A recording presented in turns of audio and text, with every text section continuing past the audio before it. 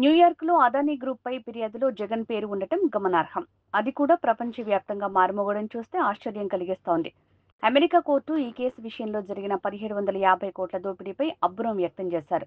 Adani share సంస్థలో జగన్మోహన్ రెడ్డి ముఖ్యమంత్రిగా ఉండి ఇంతటి దోపిడీ గురించి ఆందోళనలు వ్యక్తం చేశారు. అంతర్జాతీయంగా అనేక మంది ప్రముఖులు జగన్మోహన్ రెడ్డి కంపెనీ ద్వారా దోచుకున్న దానిపై పరిశోధనకు దిగారు.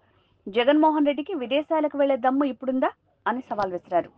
ఈరోజు న్యూయార్క్ కోర్టు నిన్న అదానీ గ్రూప్పై ఫైల్ చేసిన ఛార్జ్షీట్లో మన మాజీ ముఖ్యమంత్రి జగన్మోహన్ రెడ్డి గారి సంస్థలు పేర్లు ఉండటం అనేది చాలా ఆశ్చర్యం గొల్పింది. జగన్మోహన్ రెడ్డి గారి స్కాముల పర్వం ఇంతకుముందే అంతర్జాతీయ స్థాయిలో ఉంటే ఈరోజు మరింత ఎత్తుకు ఎదిగాడు. స్కాముల్లో భారతదేశాన్ని దాటి ఆసియా ఖండాన్ని దాటి ఈ ప్రపంచ ఎల్లలు దాటి అమెరికాను కూడా ఈరోజు జగన్మోహన్ రెడ్డి గారు ఎల్లలు లేకుండా ప్రపంచం మొత్తం కూడా ఆయన యొక్క అవినీతి ఈరోజు ఆశ్చర్యపోతూ ఉన్నారు.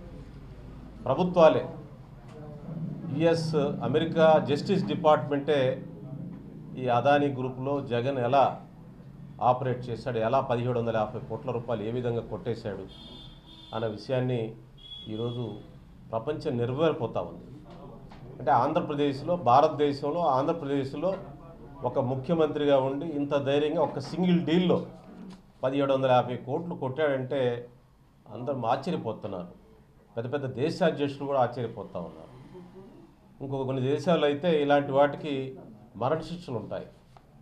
మరి మనది ప్రజాస్వామ్య దేశం కాబట్టి ఇంకా ఛార్జ్షీటు ఇంకా ఇది ప్రొసీజర్ నడుస్తూ ఉంది. అమెరికా కోర్టు అయితే ఆశ్చర్యపోతూ ఉంది. ఒక ప్రభుత్వాలు ఈ విధంగా ఇన్ని వందల కోట్లు ఇంతమంది మదుపుదారులు అంటే ఇన్వెస్ట్ చేస్తుంటారు చాలామంది మధ్యతరగతి వాళ్ళు, కొద్దిగా ఉన్నవాళ్ళు. ఇంతమంది ఇన్వెస్టర్స్ని ఇట్లా దోపిడీ చేస్తారా ఆంధ్రప్రదేశ్లో అని ఆశ్చర్యపోతూ ఉన్నారు. దీని మీద ప్రభుత్వాలు వెంటనే చర్య తీసుకోవాలి. దీని మీద ఇలాంటి ఇది సింగిల్ కుంభకోణం. ఓన్లీ సెకీ అంటే అదానీ గ్రూప్ ద్వారా ఒక సెకీ ద్వారా వచ్చినదే 1750 కోట్లు. ఇంకా అదానీ గ్రూప్స్ అనేక పెట్టుబడులు పెట్టింది. అన్ని పోర్టుల్లో అదానికి షేర్స్ ఇచ్చాడు జగన్.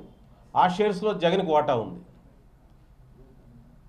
అదానీ ప్రతి కంపెనీలో ఆంధ్రప్రదేశ్లో లేకపోతే ఇతర రాష్ట్రాల్లో అదానీ కంపెనీ ఉందంటే ఆ కంపెనీలో జగన్ గారికి వాటా ఉన్నట్టే లెక్క. ముఖ్యంగా ఆంధ్రప్రదేశ్లో ప్రతి పోర్టులో అదానీ గారికి షేర్స్ బలవంతంగా బెదిరించి ఆల్రెడీ ఉన్న కంపెనీని బెదిరించి వాళ్ళు విత్డ్రా చేయించేసి అదానికి పెట్టించాడు, అదానికి కొనిపించాడు. దానిలో జగన్ గారికి షేర్స్ ఉన్నాయి. ఈ విధంగా ఆంధ్రప్రదేశ్లో ప్రతి దానిలో జగన్ గారికి షేర్స్ ఉన్నాయి. ఇతర రాష్ట్రాల్లో ఉన్న అదానీ గ్రూప్స్లో కూడా జగన్ గారి సంస్థలకు షేర్స్ ఉన్నాయి. అంటే ఒక రాజకీయ అధికారం ద్వారా ఏ విధంగా దోచుకోవచ్చో అనేది ఒక ప్రపంచాన్ని విస్తుపోయే ఒక కొత్త న్యాయ సూత్రాలని, దోపిడీ సూత్రాలని జగన్మోహన్ రెడ్డి గారు కనిపెట్టారు. ఒక ఆయన జాన్ ఇలియట్ అని ఇంపల్షన్స్ అని ఒక పుస్తకం రాశాడు, ఒక రీసెర్చ్. ఈ రీసెర్చ్లో ఆయన చెప్పాడు అసలు జగన్ గారు ఏ విధంగా చేస్తాడు. మిషనరీ అండ్ మైనింగ్ గ్యాంగ్లెట్స్ మిషనరీ అంటే ఒక మిషనరీ లాగా మైన్స్ని ఎలా గ్రాప్ చేస్తారో ఆయన ఒక రీసెర్చ్ చూపించాడు. అదేవిధంగా ఇక అనేక స్కామ్స్, ఏ విధంగా పెట్టుబడులు ఏ విధంగా దోస్తాడు, ఏ విధంగా కరప్షన్ జరుగుతుంది, జగన్ కంపెనీ